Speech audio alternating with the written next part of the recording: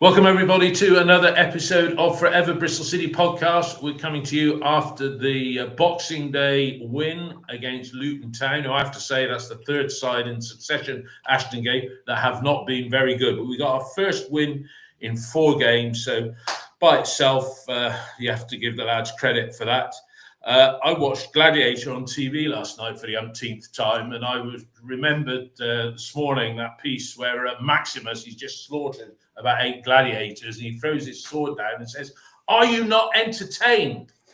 And I felt a bit like that yesterday. But I'm joined today by Tom Sutton, who's with me here in my office in Clevedon, Dave Tubby, and Paul Hunt. Good of you lads to get up. It's not that early, really, is it? And probably good to get away from children and food and booze and everything else like that. First of all, Paul, you first. Just give us your 30-second summary as you trudged away from Ashton Gate yesterday afternoon. Players selected in the positions we brought them to play in resulted in a much improved performance. Not a very entertaining, exciting game, but exactly what we needed after the debacle at West Brom, I would say. We got the win, got the 3 points. That was the main thing. And we looked so much better in that formation with players where they should be. Okay, fair enough. Tom, players where they should be. Yeah. You agree with that and your thoughts as you walked away? I'll get into it. I thought it was better. I thought players were better. Where I thought that 5-back suited us a lot more. I thought McCrory had a really good game yesterday when he played the first 60 minutes. I thought he gave us something going forward as well as defensively with his own gym pace. And the most important thing for me was a clean sheet, because a clean sheet always allows you to build off something. So it was really good to see a clean sheet. I thought defensively we were relatively unchallenged the whole game, which was the best to see. But yeah, the most important thing was 3 points there to almost stop the rot of 1 win and 7 beforehand. Fair enough. Dave, quite a bit of positivity from Paul and Tom. What were you Well, the first half was up there with watching paint dry. It wasn't a good watch. It wasn't necessarily a bad performance, but it wasn't a good watch. The second half was much improved with a few more runners, which did matter. It was a fantastic strike, but it's still providing a solution to a problem that his tactical position gives us. Did we look defensively sound? Absolutely. Did individual players have more than decent games? Absolutely. But there is so much more needed from this team when it comes to creating chances. And even watching yesterday, my biggest concern is that's by design. It's not just happening. It's the way we're set up is not right. Okay. Team selection. Paul, few sort of shaking heads, wobbly heads when top scorer Mehmeti's left out, but we reverted to the formation that gave Manning his best run, which was towards the end of last season. What did you think of the lineup when you saw it? Fally leading the line. I didn't mind. I think Fally needs a run of games, and we've just got to persevere, almost double down on giving him some game time. I mean, he looks so...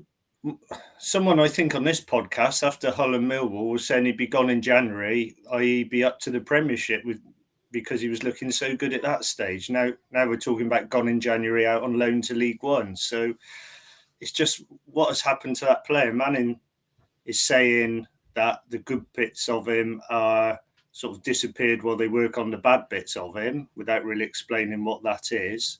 And you can see there's a good player in there. That drag back for the shot he did, there's something there.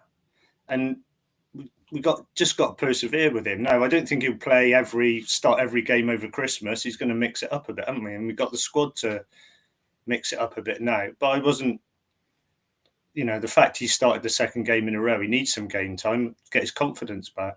Yeah.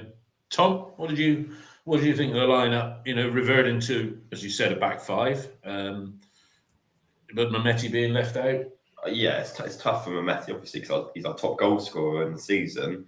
I get it with Miulu. Manning's given him a chance. We don't have a natural striker that was fully fit, apart from him. But he just looks like a player completely devoid of confidence. I mean, the ball, I know people have said, he was terrible yesterday. I don't think it was terrible, but I don't think he offered much, particularly after the 5th minute. He got one shot away on target, and then it felt like as the longer the half went on, it was almost tedious having him on the pitch, and almost became a hindrance by the end of the first half, where we're having to go around him in link-up play. You watch us, nothing's ever to Miulu's feet. We're shifting it around him. We almost don't want him to touch the ball. Well, there was one bit yesterday, I think, when Knight had the ball. And he ran towards it. And the pass was there, and Knight didn't release it to him, did he? There was one where Knight's driving away with the ball, and the thing that I noticed with Miulu yesterday was how slow he actually is. He has this sort of one speed. He gets going, and you're waiting for the boom, and it just never comes. He just keeps going. And you're like, oh, right, okay. So, but then there's one where Knight's driving with the ball. I think he's got it on the turn. He's pushing it forward, and then Miulu starts wandering, and then he comes back and just starts running towards Knight, and that just condenses the pitch. It brings the defenders into Knight, and you're like, it's just that sort of game awareness from Miulu that he needs to work on, whether it's positionally, whether it's a confidence thing. But we came, at the start of the season, we're thinking Miulu, wow, what a buy this is, and now it's like, what have we bought here? He's still up there playing as a one. Dave, your thoughts on the lineup? Good to see Ross McCrory back. I still don't think we've seen the best of Ross McCrory because he missed half of last season, and then he's got to get up to the speed of Championship football. But he is a unit, and I think what you've said. He played well yesterday. But to your question of the lineup, I was annoyed, to be honest. The back three is okay. The five at the back, I get the idea. But you've got, say, Bird sitting in the middle. You've got Twine out on the left, or in the not quite number left, but number 10's tucked inside, but not as your focal number 10. Is he going to break the line and be a runner? Obviously not. Is Fally going to do the same job? And basically, I knew what was coming. Not some kind of Nostradamus, but it was obvious. Well, where was the runners coming from? And you could see it all game. Bird was getting the ball, looking up, no one breaking the lines. Twine was getting the ball, looking up, okay, I'll pass it inside. You is not on form to be. I was going to say, what about, isn't that Yu's job? It is, but you have to recognize when someone is not on form. And I understand it, during this time of year, you need load management, and you didn't play the last game, and Mehdi not this game. But the team's just not in that position where they could start rotating players like that. There is a reason why it was not fun in the first half yesterday, because we set up to play that way. And if that's okay with people, then fair enough. But for me, it needs more than that. I mean, interesting you say about Hirakawa not being on form, because he's got lots of energy, but he just doesn't seem to get past his man and get the cross in. And then you think, well, if it's a known fact that Hirakawa is off form, then you don't play him and you play Mehdi. But where does that leave Twine? And therefore, you're altering the shape of the side to accommodate Twine. But then Twine comes up for the second home game running with a perler of a shot and got us. We should have got 3 against QPR, but he got the 3 points with a shot the other day. But that wait. But that is Twine coming up with an answer to a problem that his position creates. Yeah. He can still score those types of goals playing more central. People talk, I've seen comments, Twine needs to get into those positions more. Well, it would help if he was in the position to be able to do it. And in that slightly to the left, it doesn't suit us in any way, because we lose all width, we lose all danger. Well, here's an interesting one then. I'll put this to Paul first, and then you, Dave. But Paul first. What about, because you want to get your best players on the pitch, what about playing Twine in that role as the sole striker in the centre? And yesterday, you could have played in there.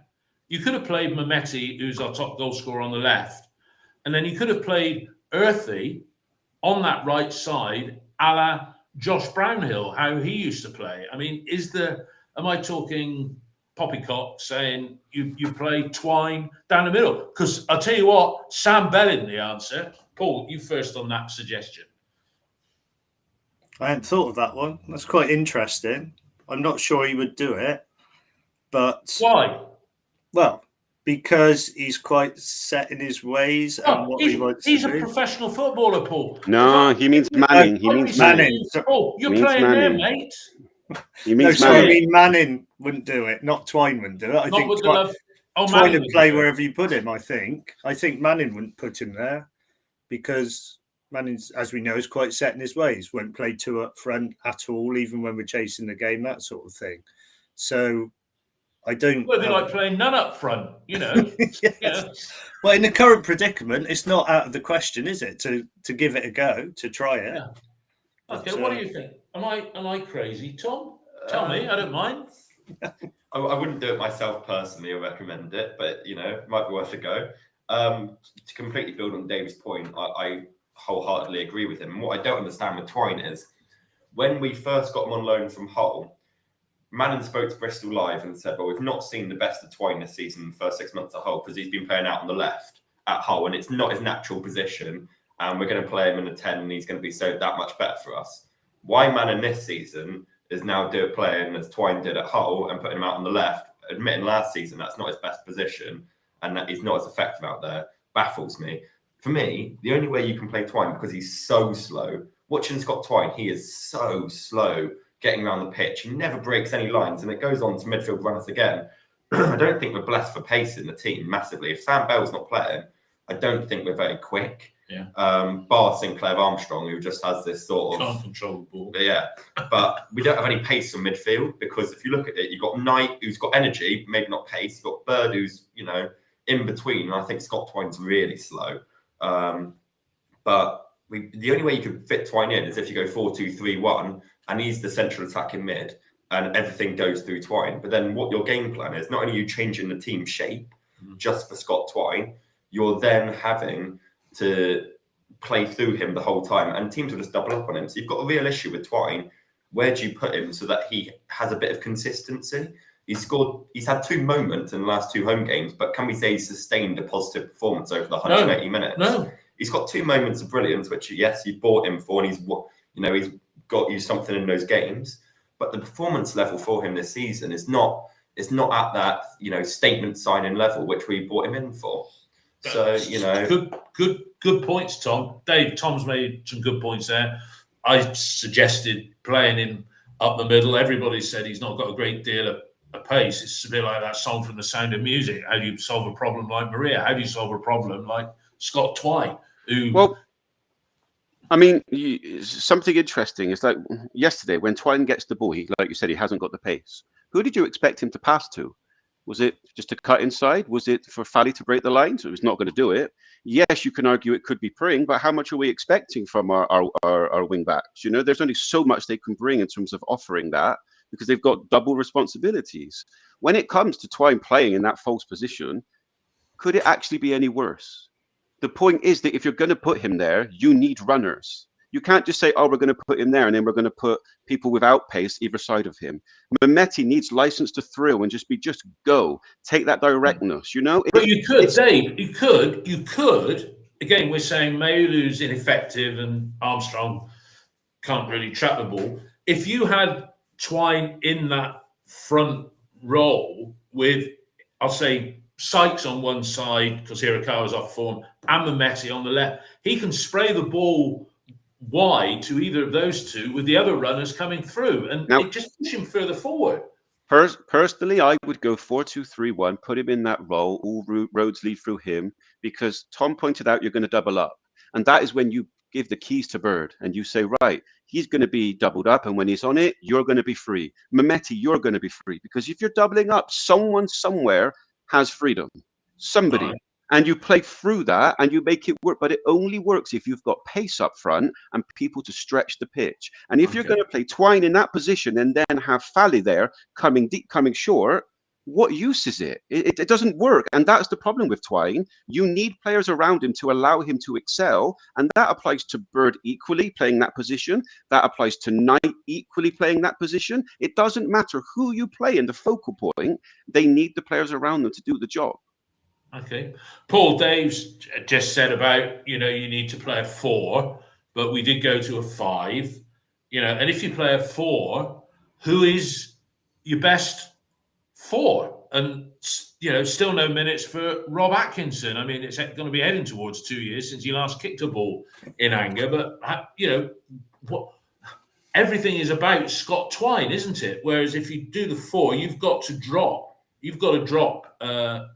Do you play Viner out of position, a right back, or do you drop one of 3, Viner, Dickey, or McNally, and the last is the first name on my team sheet based on current form at the moment? But is the conundrum? Would you go back to a back 4, Paul? No. I know exactly what I agree with what Dave's saying about Twine. It's harder to fit him into the back five, but I think we got so many.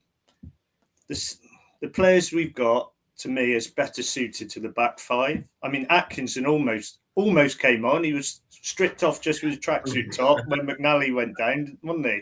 Yeah. And then they turned around and got McGuane on or whatever instead a bit later on. But he's just got to wait his time, I think, Atkinson. There'll be an injury or a suspension or something, and then he'll have a go. But like you said earlier, at the end of last season, that was our best spell of wins, apart from the Stoke game, and that was with the back three. It just looks so much better to us. If we went to a 4, I think at the moment, Finer would be the one to miss out. I wouldn't have him right back now. We've got both right backs fit.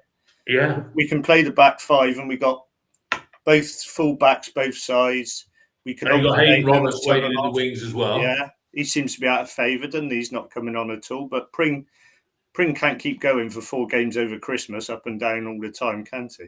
Because he doesn't. Him and Twine don't seem to link up very well. It seems to be more attacking on our right side than the left, going down there to me. Tom, sorry, Dave. Go on. Sorry, and isn't that an issue that we have? And in a way, it comes back to Manning is going to live and die through Twine, because you can't argue. I mean, I don't think anybody would argue. Yesterday, we looked defensively solid. In my opinion, to start the game, we gave them too much respect. And home game, Boxing Day after West Brom, you want a bit more energy. But it was more about, right, let's sit into this position. And Luton took control earlier on. They were looking this is a side, Dave, that had lost 7 in a row away from home. But 7 in a row. To be fair to us, we did grow into the game. But the issue is that it's like, okay, we're going to go for a back 5, but we're still going to play Twine there. And yes, Twine pops up with those moments of magic. And if you look at the last 3 games, Twine had to do it against QPR. Twine had to do it yesterday. But the issue is that he is solving a problem that is how we attack. That's the issue. And putting Twine out there, we could have played for ages yesterday at times. There was no goal coming. The first half was pipe and slippers time for their goalkeeper. There was nothing. We were going to have a minute's silence for the action of the first half. Yeah.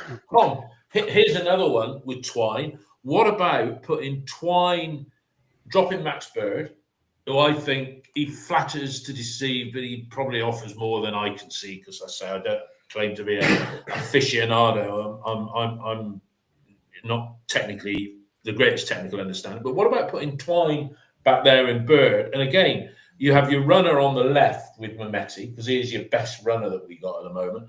And again, I keep coming back. You play George Earthy in that right Scott Brownhill type role. So you stick with your back 5, that you've got Knight, Twine, Knight, Twine, Earthy, a forward, and Mehmeti.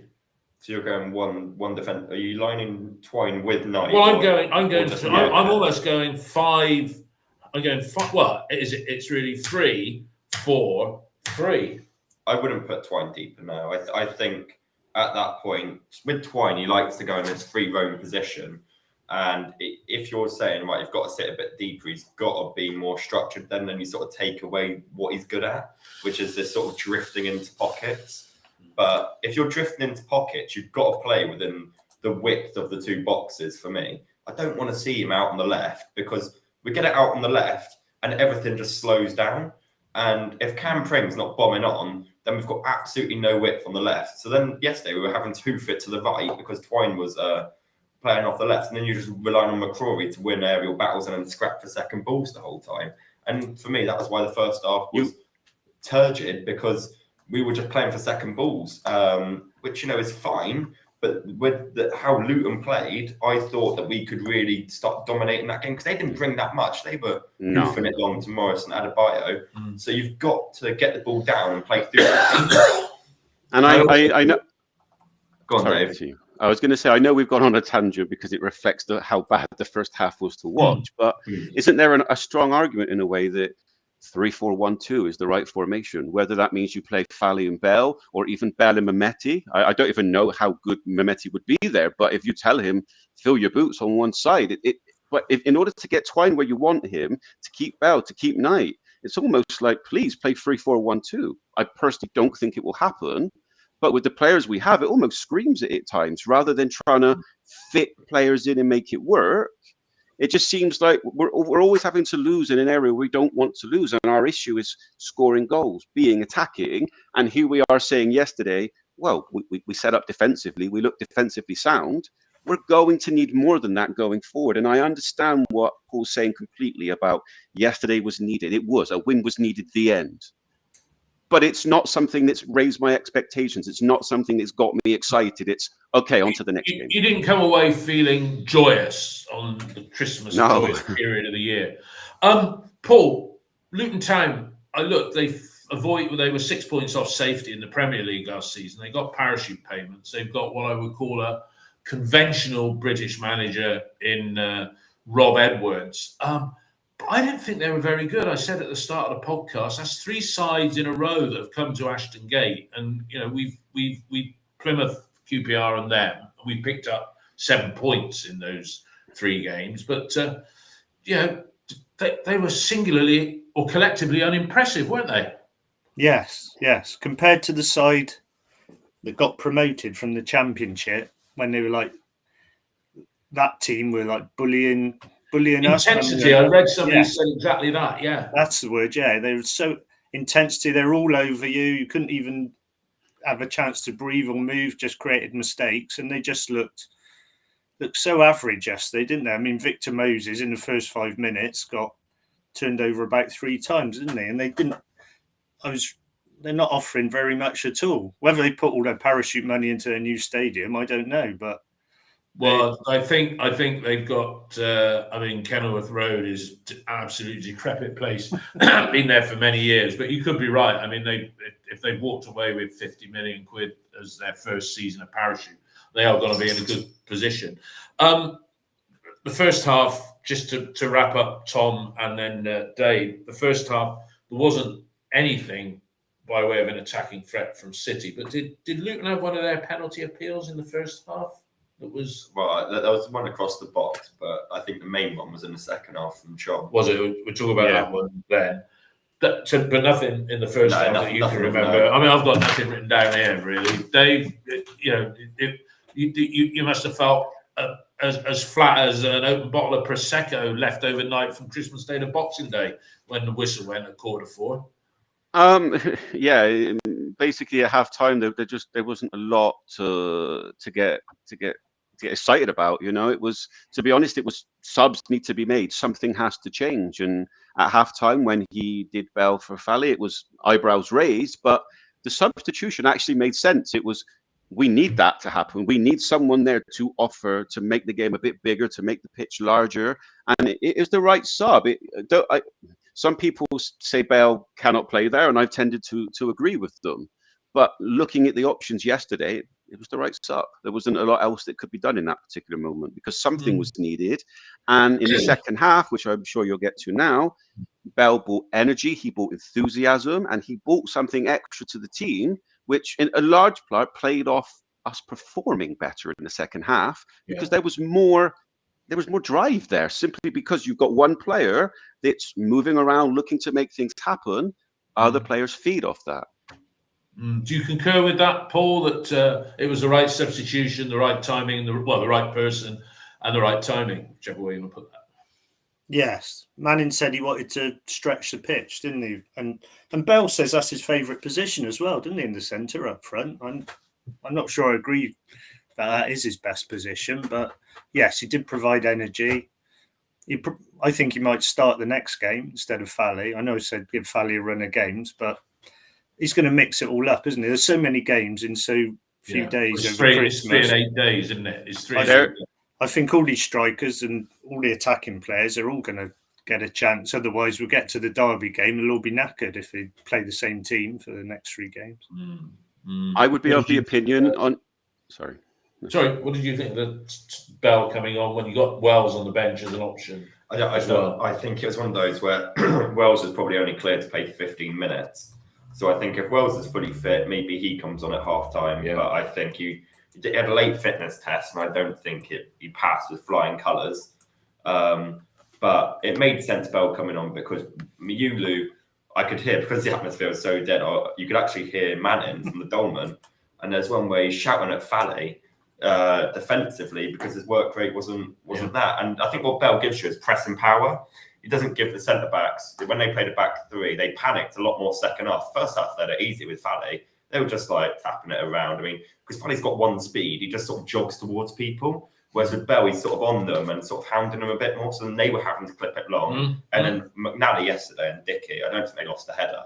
I mean, McNally was so aerially dominant up against Colton Morris. So we were letting them do that, and then we would just feed off what the drop was. And that's the poor indictment on Luton, because we were saying earlier that Morris and Adebayo terrorised the championship 2 years ago. And I think McNally he got caught short once down by the byline in the first half. But other than that, he was imperious. I think he looks more impressive than Rob Dickey. Yeah, I agree. To be honest, I agree. I think McNally has now established himself as our best centre back consistently.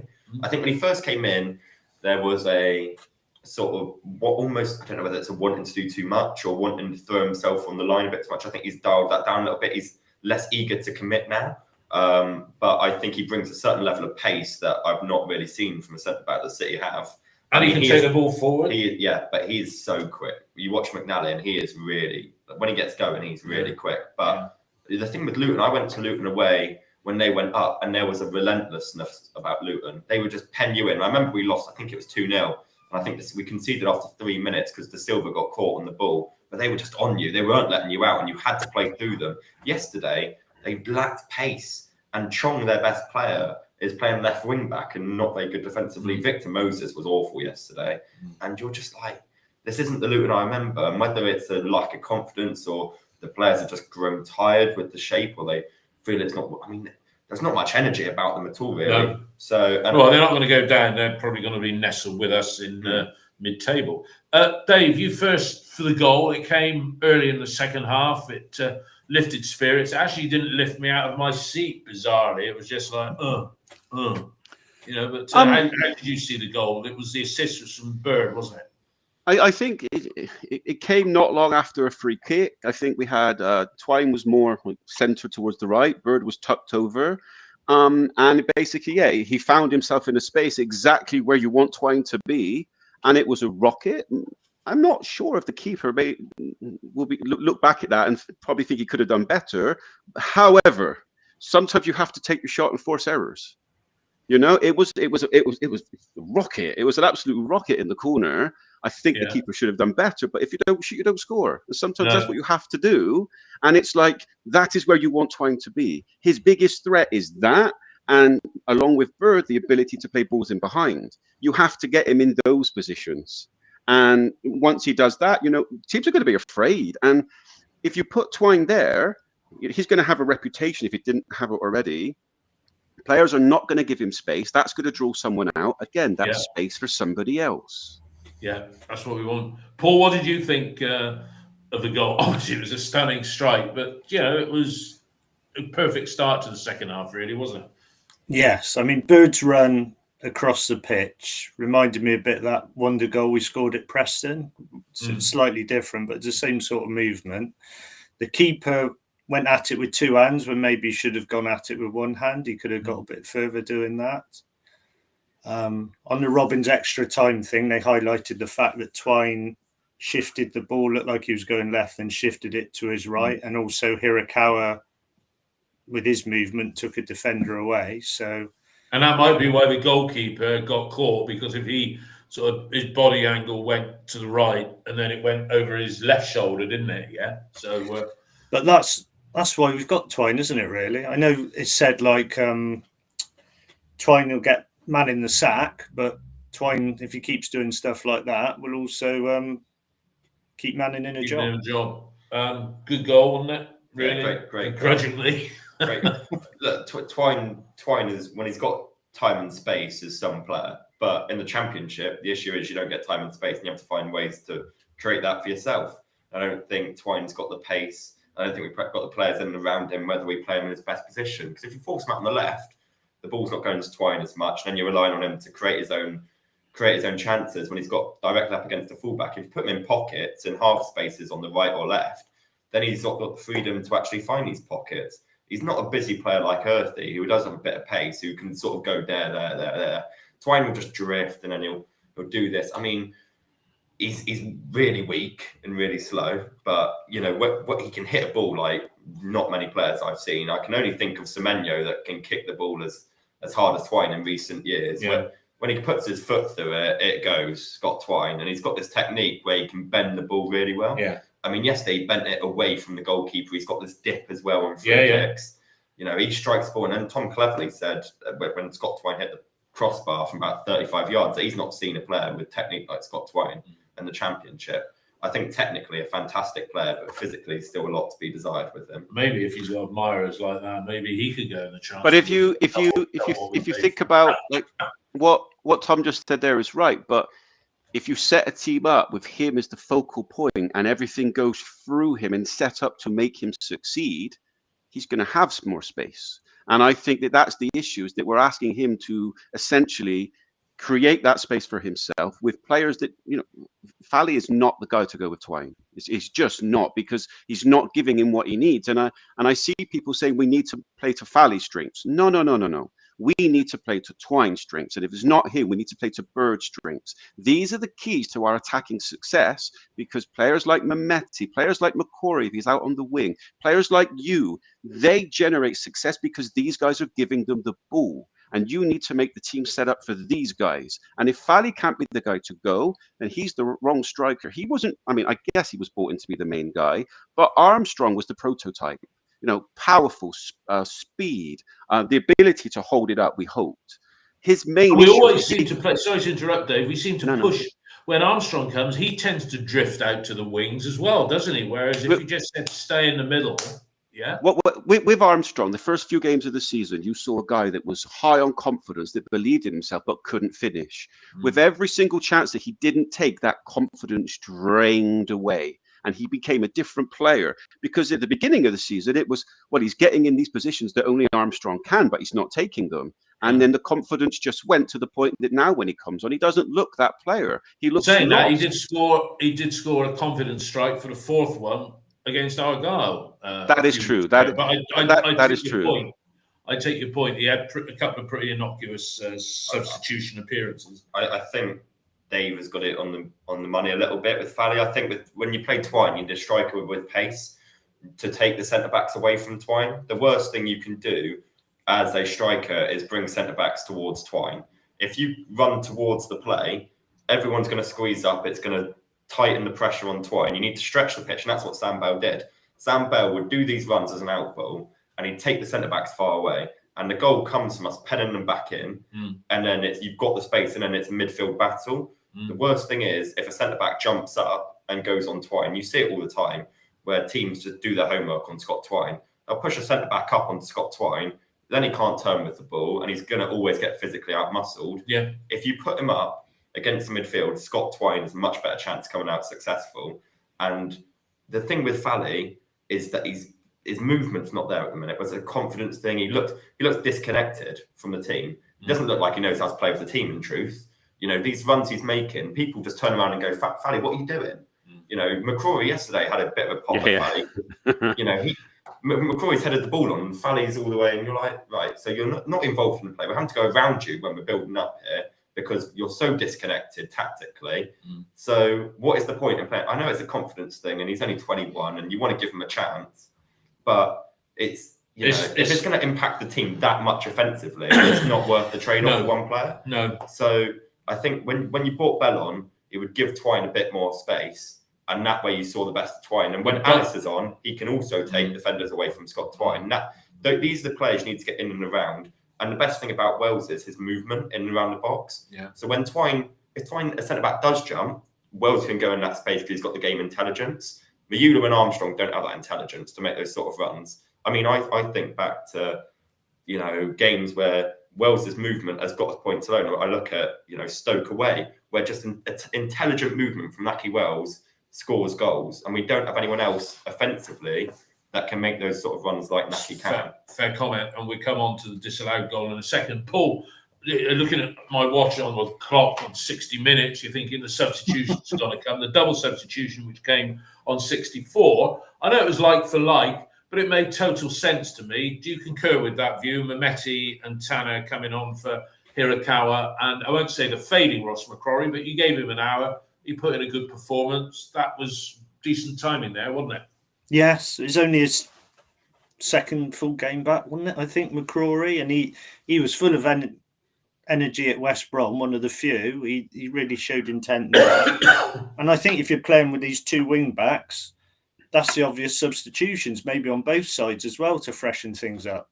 Especially as we were in the lead as well, and Tanner's more defensive, isn't he, naturally? So, yes, that did make sense and freshen up the strikers as well. I could totally see that. You're right there with that point that you could have switched both wing backs because, as you say, you could have brought Hayden Roberts on to play in that Pring role, or maybe even push Pring further up. I don't know. I don't know. Okay, I'll come back to you in a moment.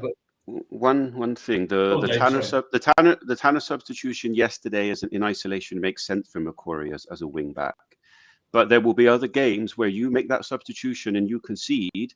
People were saying you've given up the initiative because he just doesn't offer the same going forward. And yes, it's risk reward. No, he doesn't offer. He's not supposed to. He's more of a natural right back. And yesterday it made sense because McCrory is only able to give so much because he's coming back from injury. But that's the kind of decision that if Luton score at the end, people look at saying we've given up too much initiative there. So it made sense yesterday, but I'm not sure it makes sense in every game. Okay. But until McCrory gets up to speed, I think that's going to be a substitution we might see again over, like on Sunday and the next maybe. I think it's highly likely. And I'm taking the point about Tanner not offering so much going forward, but if you did swap both wing backs, then you say to Tanner you hang back, and then Roberts has the license to go forward a little bit more. All right, let's come on to the goal that was disallowed. Give us the build up to it, and I think a more intelligent player. No, that sounds harsh. A more intelligent player than Bell, a more natural striker, but he didn't. And I've read it, so it's not just me saying it. But if he'd have thought about it a bit more, he wouldn't have been in an offside position. Yeah. So was it right that it was offside? And how did you see the build up to that? Well, I think we did. You does really well to sort of peel away. I'm Yu's biggest critic. I'm not entirely convinced by him currently. I don't see why he starts at the minute, especially over someone like Anis Mehmeti, who's your top goal scorer. I'd rather Twine on. If we're playing Twine out wide, I'd rather Twine on the right and Mehmeti on the left than Twine on the left, you on the right. But good movement by you, get to behind and good pace. That is you at his best, driving at people, and what he's not doing, what we haven't seen consistently. And it's a really good ball across the box, but Bell just goes too early. He's almost looking across, and because there's no centre back to beat, he has to judge his position in line with the ball, which I get is a difficult task to do because if you're a little bit over, then you're going to get caught offside. It's a lot easier when you've got a centre back to beat right next to you and you're looking across and you can see his back and whatnot. But a more natural number 9 who has played many games at 9, and Naki Wells, Naki would have timed it. You just hang back a little bit. Do you agree with that view, Dave? That it was good, and that gives the score a more flat. It makes it 2-0. They're never going to come back from that, and a more flattering scoreline. But Bell's run could have been a little bit better time. Well thought out. It's almost to the point that even if he doesn't run, he's still going to get the ball. He starts in front. He just has to let you catch up. He doesn't need to go anymore because the ball's always going to come across. And in a way, it's a microcosm of how we are attacking. It's so hard for us to create chances that when we do get one, we're so desperate to do something, clarity goes. And in that moment, it was a lack of clarity. It's just not a good decision what he does. And there's no excuse to be offside there. You've got you're in front of them. Just stop. Don't move. Let him go ahead and you're fine. But to do that, for me, it's a really, really poor decision making in a moment when you really need it. Paul, spirits lifted if it goes in 2-0 and we walk away 2-0 winners on the day. He's just over ego, wasn't he? Desperate to score. He was miles offside. We never even got off our seats. You could see it was offside as soon as it happened. He's just so keen to get that goal, isn't he? And because that striker berth's up for grabs, isn't it? It's up for grabs for him. Definitely. 100%. Anyone who starts scoring, they're in for the long term, aren't they? Okay. Dave, referee yesterday, I thought he had a reasonable game. I don't know whether it's one we're overly familiar with as a ref, but 2 penalties. Should we have had one? Should they have had one? Referee didn't give either. Your thoughts on those 2? Okay, for their penalty shout is a yellow card for their player, no doubts. He's going down way before. He's not just looking for it. It's as good as a dive. That's it's a yellow card in my opinion. And what he does, he's falling to the ground, and there's no one near him, and it's nothing close to a penalty. Now for the Twine incident.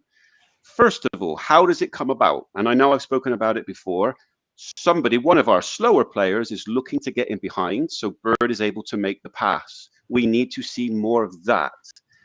But the penalty itself, if I would have been the referee, I would have given a penalty. But in my opinion, the referee has made an extremely good decision. It's not a penalty. Why? Well, in my opinion, it's not a penalty, shall we say, because Twine initiates the contact. And the worst part is he probably doesn't need to. If he just goes through, he's got the ball at his feet and he's probably going to score. But instead, he concerns himself with looking for the penalty. And the referee has clearly got it in his mind, I'm not going to give penalties like that. And he's just decided Twine's initiated it, no penalty. And I think it's the right decision, even though I would have given it if I was on the pitch, because I would have bought it. I would have bought it hook, line and sinker. I would have been penalty clear. But on a replay, it's not. So you're saying good refereeing there. I think so. If he'd have thought about, instead of trying to throw himself to the ground and get the pen and gone on, he might have got a more clear-cut penalty, or indeed gone on to score. Tom, your thoughts on the 2 pens, the Chong dive? I thought he looked a very lively player for that, Chong, but the dive and our penalty that we didn't get either. Definitely not a penalty for them. I mean, I listened to Luton fans afterwards, and I'm friends with quite a few of them, being from there, but. Yeah, they say Chong has a habit of going down like that. I mean, so does Scott Twine for us. So I think it's much for muchness. Chong's one's awful, though. I mean, like Dave says, how the referee, I mean, that he was so adamant that it wasn't a penalty. You've almost got to blow up and book Chong. But I didn't understand Chong at wing back. Chong's best. I mean, I remember watching him for Birmingham when Sam Bell played right back, and Chong absolutely mullered him from Birmingham back then. But Twine's one. He sort of gets his body in between, I think it's Holmes, as the balls comes through. And I think Twine knows there's a centre-back coming behind him. And I think he's probably trying to get the booking and penalty. Whether it's not that he backs himself, I don't think it's that he doesn't back himself. I think he's tried to think of what best outcome could it be. Could it be that Luton down to 10 after the penalty? But it's a bit of game intelligence there, you know. I'd rather him take the shot on and have a bit of risk than throw himself to the floor like he does. And a booking for the centre again for Twine yesterday. I mean, he's our own new Andy Vyman, really, sprinting towards the ref from 30 yards away to go scream in his face. You use that term there, sprinting. Well, he doesn't sprint as quickly. Yeah. Slow Andy Vyman running to the ref. All right, so Luton, come on. I mean, sorry for those that are texting. We're not responding to all of them. I've got to pick one here. Ian Gilmore, not to be confused with anybody else. Why does Manning sit back inviting pressure in the last 10 minutes when we're in front? His tactics at the time drives me mad. Thankful to Max for that save at the end. Paul, I rather generously described that as a stunning save, and I know Dave's got a view on that. I've been berated by a few people on X as well, saying he's doing his job. But, I mean, he picked his spot. Was it Morris with the shot? Corley Woodrow.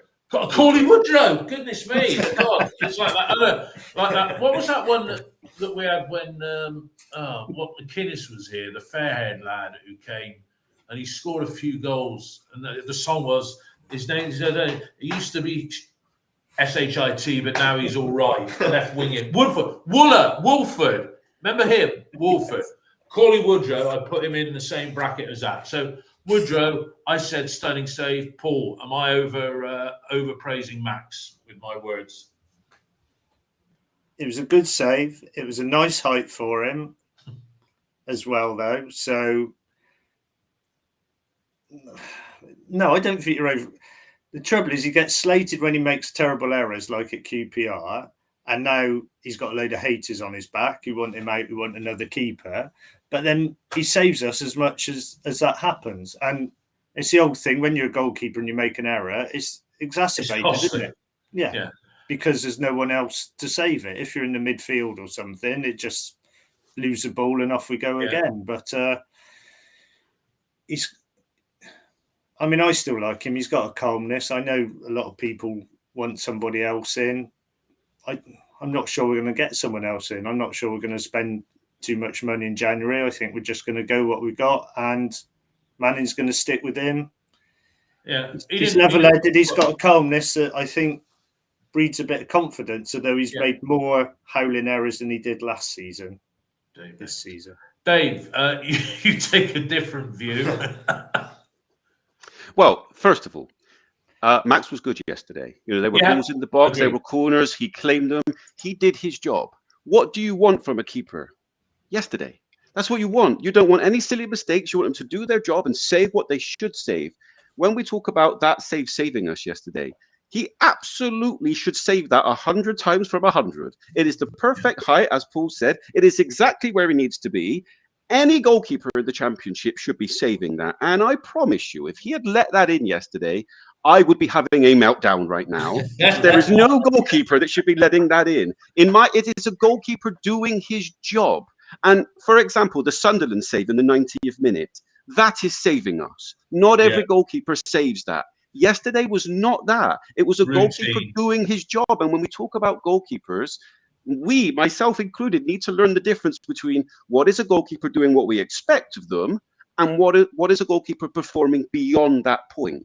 And Max yesterday did what a goalkeeper should do. He did his job in his box. Exactly. He did his job in the whole game. Day at the office. That's it. You concur with that? Yeah. It was a bit Roy Keane-esque there from Dave. I agree. I think it's a pretty poor shot actually from Woodrow. When you've got that amount of time and space, I mean, I don't think Luton fans rate him. I know certainly Bristol City fans don't. But yeah, easy save. But his kicking was a lot better yesterday. There was no clips over McCrory or Pring's head out into touch, which was nice to see. But like Paul says, we're not going to bring a number one keeper. We're not going to spend any money on a keeper. It'll be a free transfer, and it'll just be back up to Max or competition for Max rather than in for. You won't be replacing Max. You just want to better him by bringing him tougher competition. I mean, the mystery around Lewis Thomas. He was warming up Pat Mountain yesterday in the warm-up, just kicking it back to Pat Mountain. I mean, what is the... Why? It's confusing. Madness.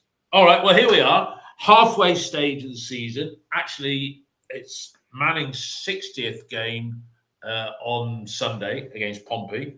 And he'd have a full set, as somebody put on one of the forums, the only forum, one team in Bristol, and he's won 19, drawn 20, lost 20, 23 points from 30 games, extrapolates quite nicely to 60, typical Bristol City. If we're going to do anything in the second half of the season, we won 7 games in the first half of the season. The second half, whichever way you cut it, we got to win 12. We got to win 12 games out of 23, to have any chance at all. But less of that, we can talk more about extrapolations in a few weeks' time. Dave, you had a little, not so much a quiz, but where we, pick our best. So, Dave. I've got a few questions. Welcome to the pod, ladies and gentlemen. So, David, who would be your first name on the team sheet after the first half of the season? Right now, I said it a few moments ago, McNally. Paul? Twine. Tom?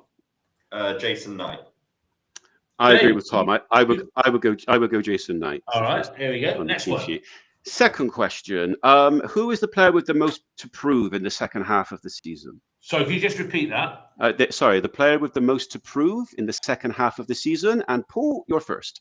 Most to prove. Fally. David? I'm going to say Twine, despite him scoring 2 stunning goals in the last couple of games. I want to see that 3.2 million worth of talent go out there and convince us over the next 10 games that not only, get a couple more goals like that, but improve your overall level of play. So I think Twine. Max O'Leary. I think that he's got to prove that he is capable of being a top 6 championship goalkeeper, which I don't think he's proven yet. Okay, I'm not following Tom anymore because I agree with Tom. Max is the one with the most to prove. So I'm going first next time. Right, next question. 4 more to go. Who is the player that is flattered to deceive so far? And Tom, you're first. Miulu. I think you can't spend 2.5 million, give a guy the number 9 shirt, hype him up as the next best thing since sliced bread like Tinian did. And, say that you've scouted a guy 40 times and he looks so disconnected tactically from the rest of the team. Just picking up there, you heard that, Tom, that 40 times that he was watched. I do not believe that. Oh, of course not. That's total, if they travelled over to watch him... He's not played 40 games. No, if they travelled over to watch him play twice for that sort of money, physically watched him, which they should have done, and they probably got 40 little video clips of action that you can get on YouTube. So, contrary to what certain other people have said, 40, it wasn't done. Sorry. No, that's okay. Paul, who do you think is flattered to deceive and why? Armstrong, I think. Like it was said earlier, he looked against Millwall, he looked like a world beater for 15 minutes, and then it's all. It's not there now, is it? It's not there. It's missing. For me personally, I would pick you. I think he started well in the first few games, and he hasn't produced too much in recent and Dave, recent I'm weeks. going to concur with you on that. I'm going to concur with you on you. Thank you. Okay, right. 3 more to go. So, Paul, you're first this time. What's been your favourite goal of the season so far? Oh, the one at Preston. The bird coming across the pitch and laying it off and then shooting. Amazing. Okay, for my part, I prefer the other goal at Preston, the Sykes cross and the Wells header. There's just something, I know it's a bit of a hipster choice, but there's just something about the delivery of the cross that I love to see it in football and the acuteness of the header. I prefer that goal to the other one, even though the other one is obviously incredible. Tom, what would you pick if you're not having the Preston goal?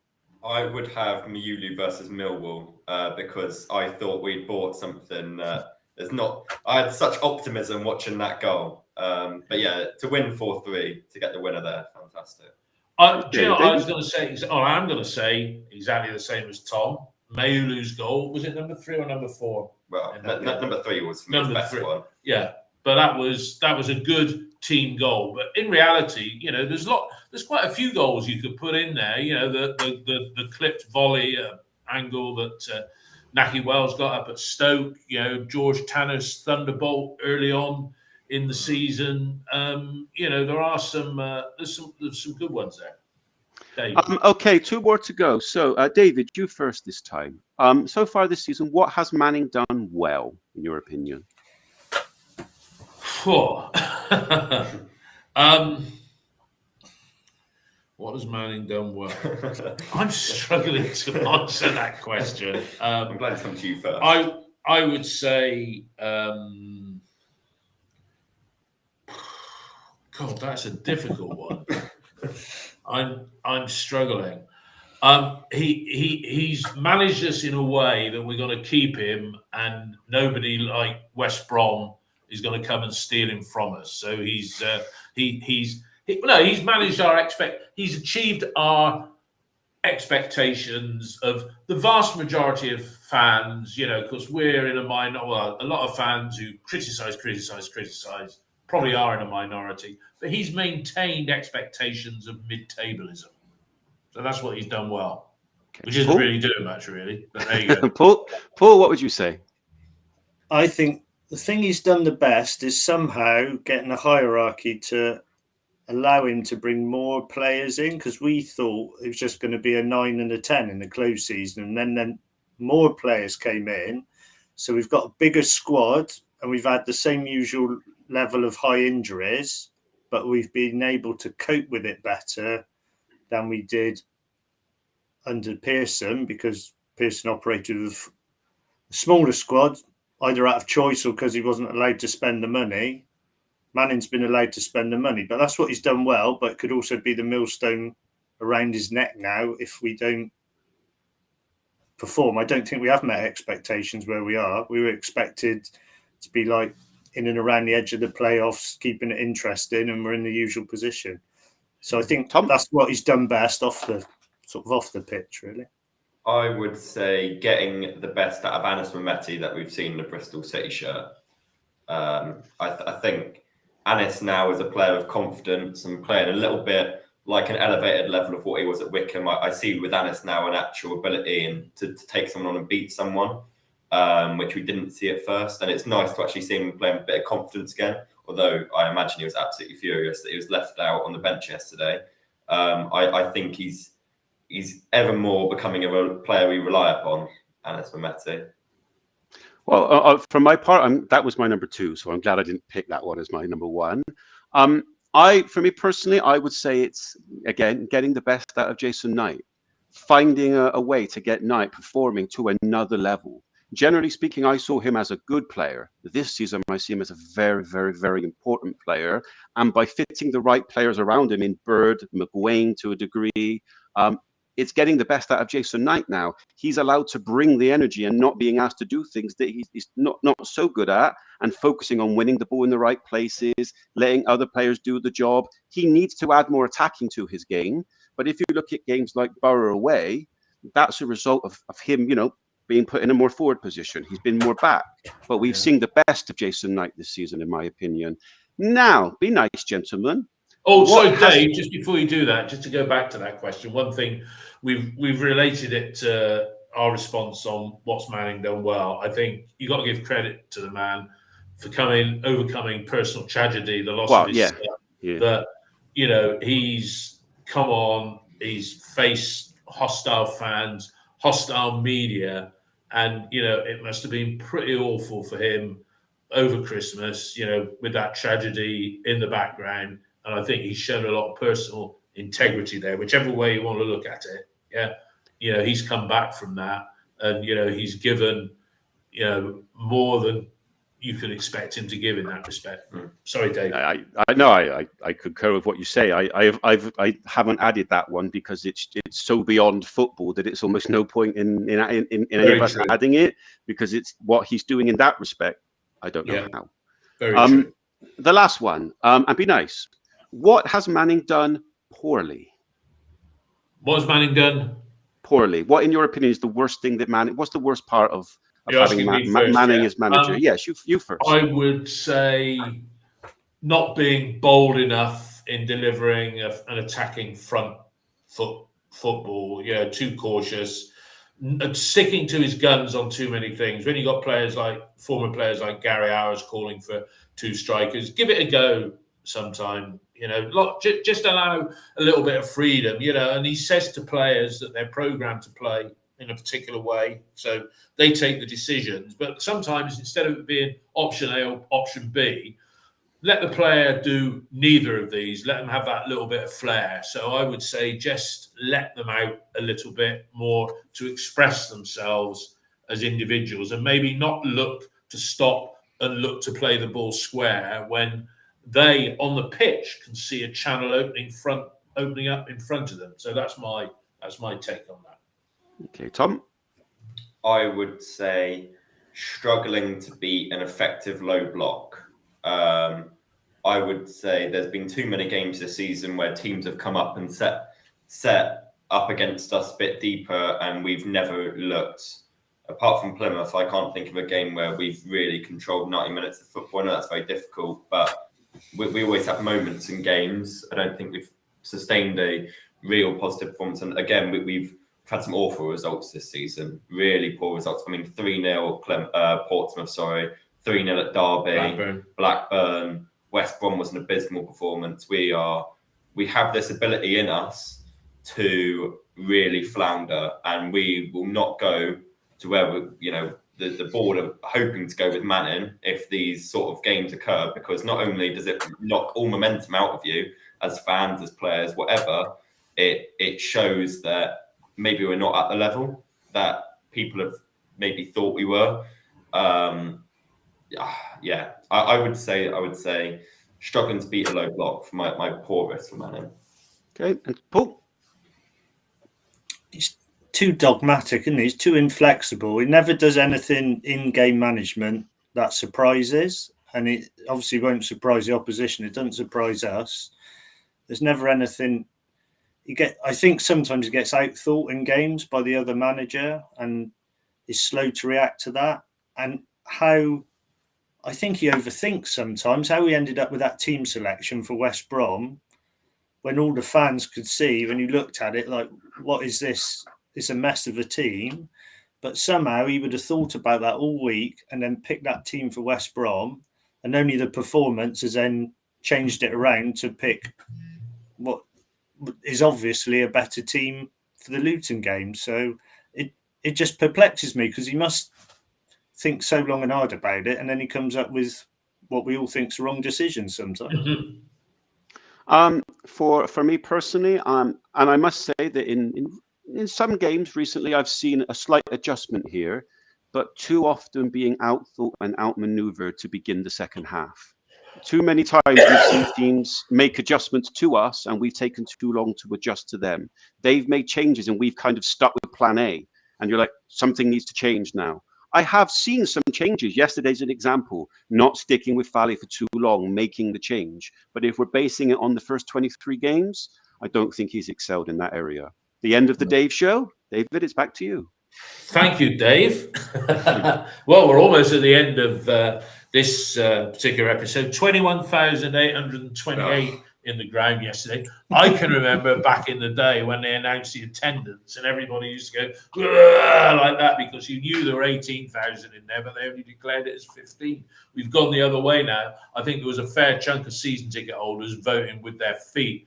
And it was building, I just sensed it building, particularly after the West Brom game, a general malaise creeping over the club. Yeah. And okay, you get a 1-0 win against Luton.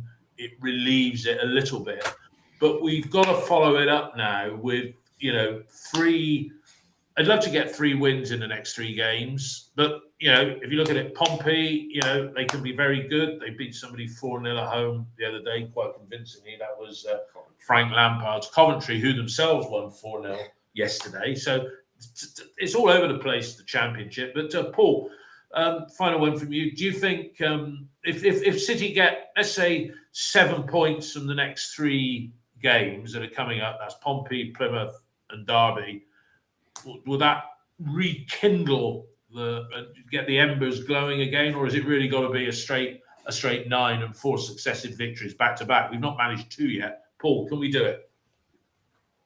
Every time I'm on here, I'm really positive and say yes, and then the next results are really awful.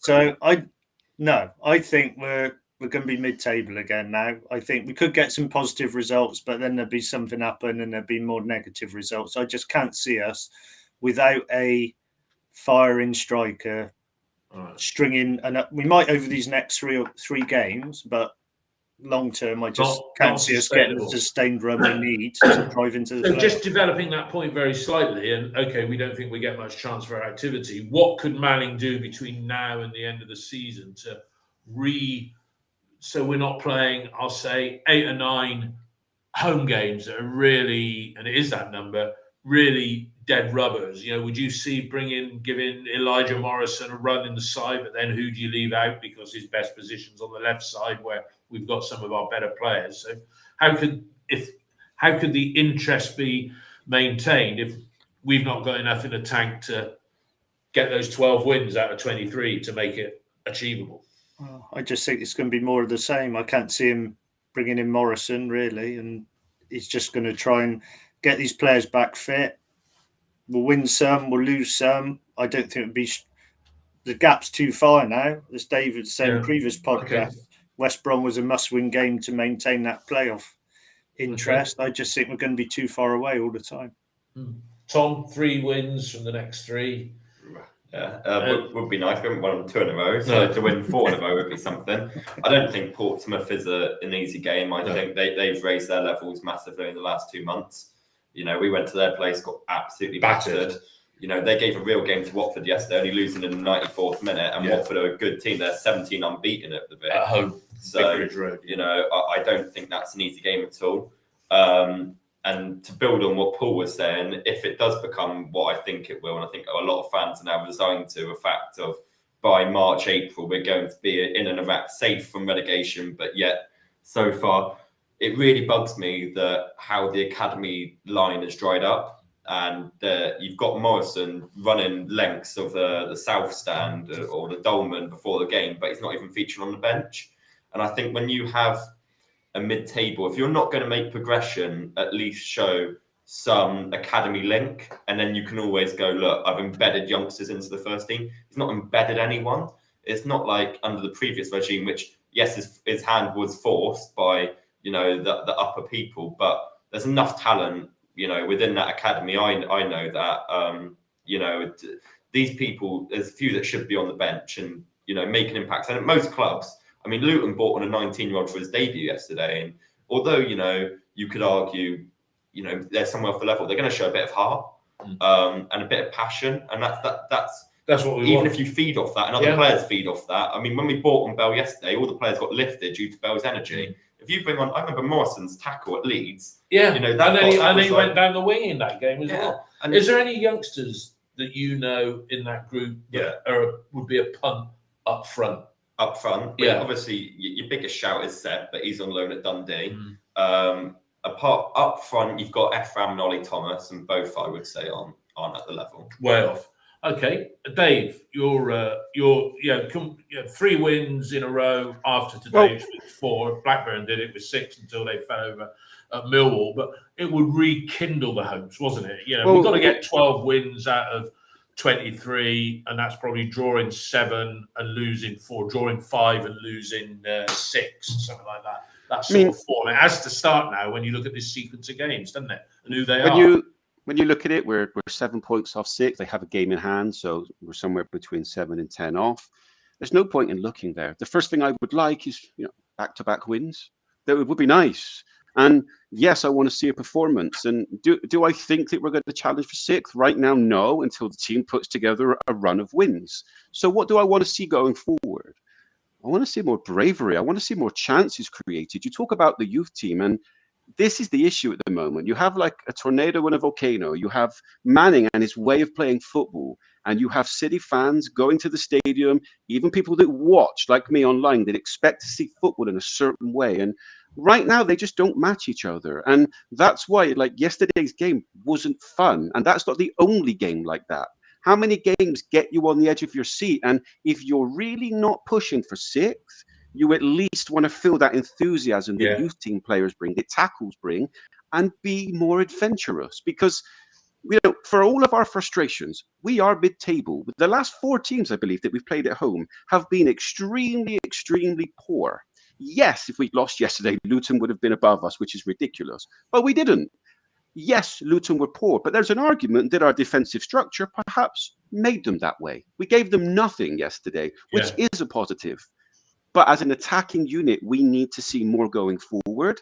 And this is what is going to get people on side with Manning if he shows more. More needs to be shown as an attacking intent. Games need to be more enjoyable. More chances need to be created. Okay, I think that's a very good point, and I'll hark back. I mean, I went to my first game in, March 1967 when I was 11.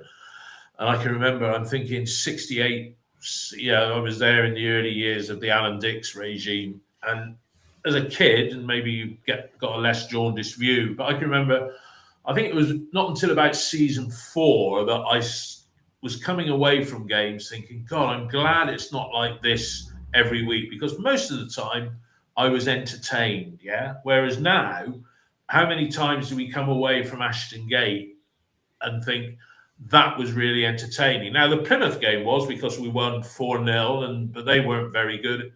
The Millwall game was great. That was entertaining. We want to see, and it's a manager's nightmare, but we want to see 3-2s and 4-3s and battling and getting stuck into tackles. And, the football in this country has gone down the Pep way. And looking at Man City now, they've lost it. They've lost that. So maybe, is there a breakthrough manager and a style that people want? Maybe that's a discussion from another day, but who's going to break the mold and try and play front foot attacking football? Interesting, somebody's put on there, Whitwall Robin. Stokes, who we signed from Aldershot, apparently he played well at Cambridge. He's going to come back next season. So another player to add to the collection that we have. And obviously with this tight schedule of games, we certainly need everybody. Be interesting to see what the team lineup is against Portsmouth on Saturday. We'll be doing our review of the Portsmouth game. Brighton early one on Sunday. Portsmouth game. Brighton early one on Monday morning. It's going to be at 8 o'clock. Dave's made himself available for that one. I think Tom Hicks is coming on as well. But Paul today and Tom here with me. Thanks for your contribution, Dave. Thanks for that little quick, not so much a quiz, but that who we thought was the champagne moment in the season so far under various categories, and everybody who's we've got you up bright and early on Christmas Friday. Thanks for your support and listening. Hope we've given you a little bit of fun and discussion points, and we look forward to speaking with you all again after with our Portsmouth review, as I say, first thing on Monday morning. All the best, everybody. Have a good rest of Christmas. Bye-bye. Cheers. Bye-bye. Bye.